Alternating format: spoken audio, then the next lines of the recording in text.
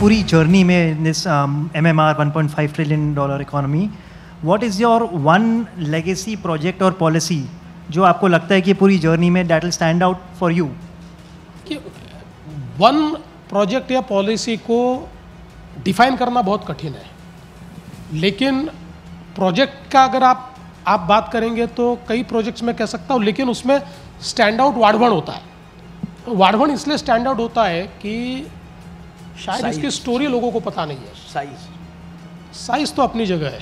इसकी स्टोरी है कि 1992 में वाढवण पोर्ट काफ़ी बनाने की बात हुई, सारा उसका एक विचार हुआ। ये ध्यान में आया कि देश में इससे ज़्यादा डीप ड्राफ्ट नहीं है, इसलिए पोर्ट यही बन सकता है और ऐसा पोर्ट देश में कहीं बन ही नहीं सकता, ये देश का सबसे बड़ा पोर्ट बन सकता है।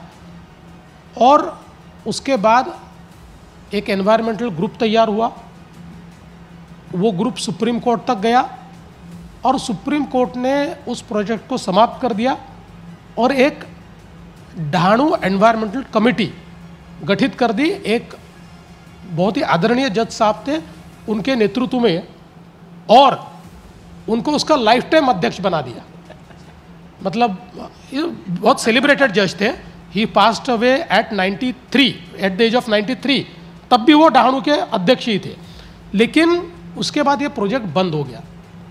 2014 में जब मैं मुख्यमंत्री बना तो मैंने ये पता करने की कोशिश की कि वाढवण पोर्ट को क्यों बंद कर दिया गया, क्योंकि मैं भी कौन से प्रोजेक्ट्स लेने चाहिए इसके ऊपर जब अनुसंधान कर रहा था तो ध्यान में आया कि ये सबसे डीप ड्राफ्ट का पोर्ट है, इसको करना चाहिए। तो फिर मैंने उसमें थोड़ा ध्यान दिया तो ध्यान में आया कि इसमें सुप्रीम कोर्ट ने रोक लगाई है, ढाणु एनवायरनमेंट कमेटी ने रोक लगाई है। तो मैंने हमारे अधिकारी को ये कहा कि भाई हम लोग मैक्सिमम ढाणु का जो उपयोग कर रहे हैं वो उपयोग ये राइट ऑफ वे के लिए कर रहे हैं और थोड़ा बिल्डिंग के लिए कर रहे हैं।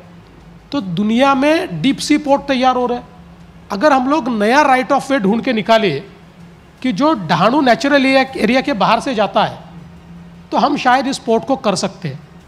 और 1-1.25 साल के अनुसंधान के बाद हमारे अधिकारियों ने नया राइट ऑफ वे ढूंढकर निकाला जो थोड़ा सी के अंदर था, और उसके कारण परमिशन जो हमको लेनी थी उसमें से ढाणु नेचुरल एरिया बाहर हो गया, जरूरत ही नहीं पड़ी। और उसके बाद फिर हम लोगों ने उसका काम शुरू किया, उसमें परमिशंस लेनी शुरू की। फिर सेंट्रल गवर्नमेंट के साथ हमारी बातचीत हुई। पहले तो हम ही तैयार करना चाहते थे, पर सेंट्रल गवर्नमेंट ने हमको एडवाइस किया कि ये जॉइंट वेंचर में करेंगे क्योंकि इसमें सारे लॉस सेंटर के, तो ये तेज़ी से होगा। और वो बात भी उनकी सही थी। तो फिर हमने जॉइंट कंपनी तैयार की, सेंट्रल गवर्नमेंट और स्टेट गवर्नमेंट की। हमने उसके सारे क्लियरेंसेस किए, हाई कोर्ट गए, सुप्रीम कोर्ट गए, सुप्रीम कोर्ट का क्लियरेंस किया, 1 साल तक पब्लिक हियरिंग किया, सारी चीज़ें हमने उसको कंप्लीट करके और अब उसका काम एक्चुअली हमने शुरू किया। तो हम लोग जो कहते हैं ना, where there is a will there is a way, और इसमें आगे हमारे नितिन जी कहते हैं where there is no will there is only survey and sub committee.